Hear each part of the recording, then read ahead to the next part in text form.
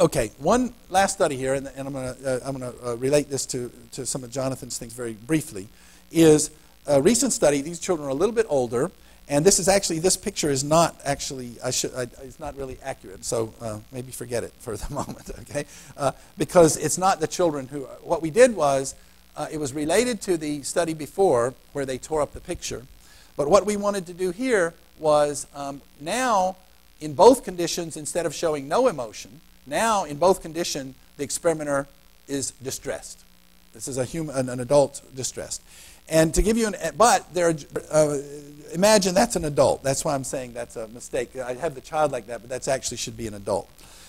And what we varied was the following. So the emotions, the distress emotion is going to be the same in both. But what we varied was whether it was justified or not. So in one of them, there's this little box, and the experimenter, by accident, shuts his hand in the heavy box in the door and goes, oh, you know, like he hurt his hand, right? And in the other case, he does something trivial, like his coat gets caught as he's closing it. His coat gets caught under the thing, and you know, it's just the coat caught in the door there, and you go, oh, my coat, you know, and we call it the crybaby study because he's clearly overreacting to non-harm. Actually, the idea for this study came from reading Adam Smith. Adam Smith says that to feel sympathy for someone, it has to be something you can relate to. So if somebody, you know, says, oh, I chipped my fingernail, and they go into a hysterical crying fit because they chipped their fingernail, Adam Smith says you're limited in the amount of sympathy you can show for them. The current sort of two-process models would sort of, in moral psychology, might suggest that you would have an immediate emotional reaction to them being distressed, but the second wave of cognitive processing would say, well, wait a minute, that's not that great a harm. So, and so I can only sympathize to some degree if it's something that I can't relate to at all. But what we found was these children, and we'll be going down in lower age later, but for various reasons we started with 3-year-olds, that we got the same measures we used in the Emmerich-Weiss study, more concerned looks and helping in the justified condition, and we got the correlation between the concerned looks and helping. So what I wanted to relate to is I am on board with the general moral sentiments approach, the sentimentalist approach that Jonathan comes from, that it's all about the emotional reaction, the immediate emotional reaction to someone's distress. But the situations are not pat situations that are evolutionarily prepared. There's a cognitive interpretation of the situations. And so in our first study with Emmerich-Weiss, without any emotional distress cues, they could decide. I mean, it's the same thing we do all the time. If I tell you someone's mother died, you don't have to see them crying to know they feel unhappy. Okay, you can already imagine they feel unhappy without seeing the distress. And in this case, if I tell you somebody fell apart crying because they dropped their pencil, you're going to have trouble summoning up a lot of sympathy for them. So these are natural natural adult things, and I'm just saying that the children's behavior, the reason I'm showing them to you here, is the children's behavior, their helping behavior. They help more someone who is distressed for justified reasons, and they help someone who's been harmed even though they're not showing distress.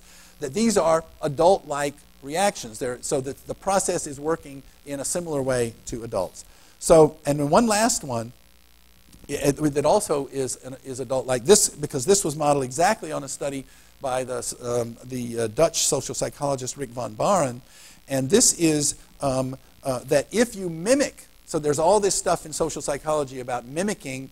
So you mimic someone in the adult literature. They do it sort of subconsciously. So you're sitting across from somebody, and they go like this, and you wait for a second so they don't notice, and then you go like this. And when you mimic them, all these things happen. And in the adult literature, if you mimic them, then later they help you more. They actually help any adult, but they help you more than they would help some person who didn't mimic you. And there are various interpretations of that, but one of them is a kind of an identification, maybe a group type identification, that this is somebody who behaves like me, who does like me, who's contingent on me or whatever.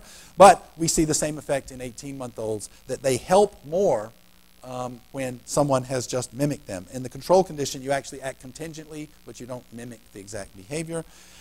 Okay. The reason I'm mentioning those last studies, I kind of ran through them fairly quickly, is because I just want to say that some of the things that modulate children's helping are the same things that modulate helping in adults. And that gives us more confidence that it's the same process. So here's a summary of the whole thing that I've told you so far. Evidence that helping comes naturally to young children.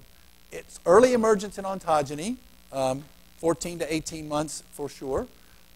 Ineffectiveness of rewards, and I didn't mention one other study that we've done where we have mothers in the room. We don't have the final results for this yet. We have mothers in the room, and the person drops it and goes like this, and she says, "Go help her, go help her." Now, we would have a ceiling effect if we just had that. So they have to be engaged in something else, really fun. And the mom says, "Go help her, go help her." And in the other case, the mom doesn't say anything. And those of you who have children might be able to guess, the mother's encouragement has no effect whatsoever. So rewards aren't helpful. Encouragement from mothers not helpful.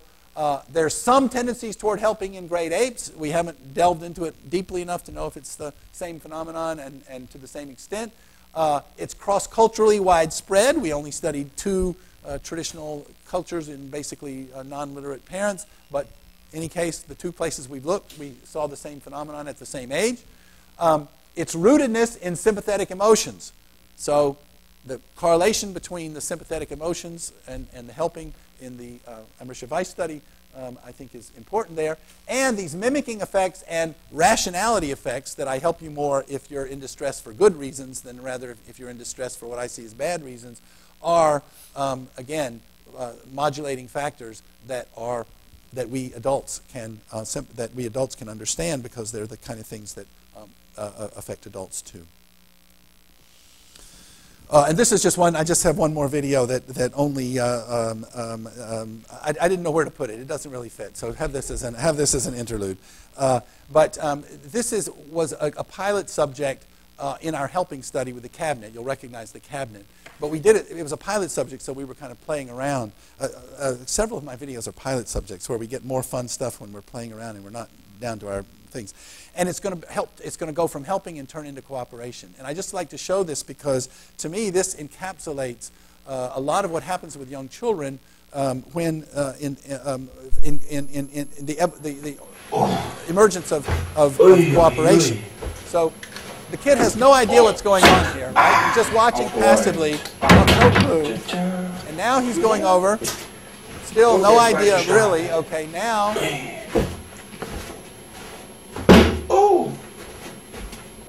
we get the nice helping. And he's going to even say, he's going to help. He's going to tell him how to do his job. They go there, all right? So that's already helped. He'll do it better right here. So with the look to the face, they go here. Okay? So he's helping him by opening the doors, and he's telling him how to do his job.